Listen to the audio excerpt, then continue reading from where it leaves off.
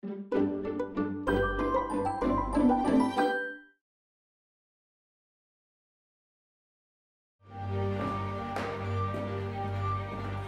suis François Ozon et je vais vous parler d'une séquence de mon film. È una foto toccante. La conosceva?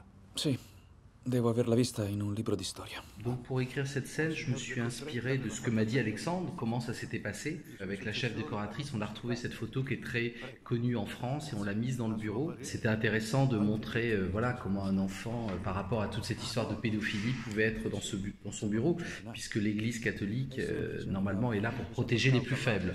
Donc c'était un contraste intéressant. Sono inorridito da quello che mi dice.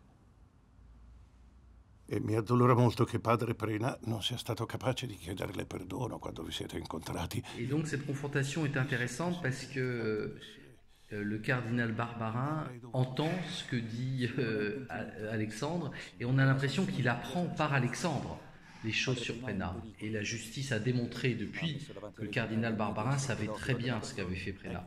Donc c'est une scène où il y a une parole, mais est-ce que cette parole est crédible? On ne sait pas, voilà. Mais à ce moment-là du film, le spectateur pense que le cardinal Barbarin découvre aussi les choses. E secondo Nostro Signore dobbiamo amare i bambini.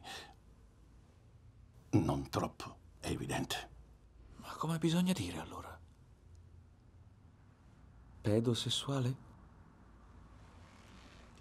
Sì, mi pare più appropriato.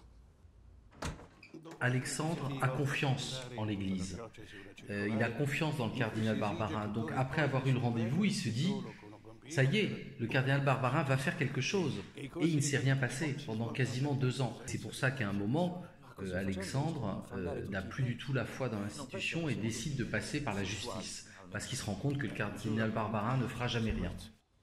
Mi scusi, ma non sarebbe meglio dire forte e chiaro che la Chiesa condanna la pedofilia e agire per destituire i preti stupratori?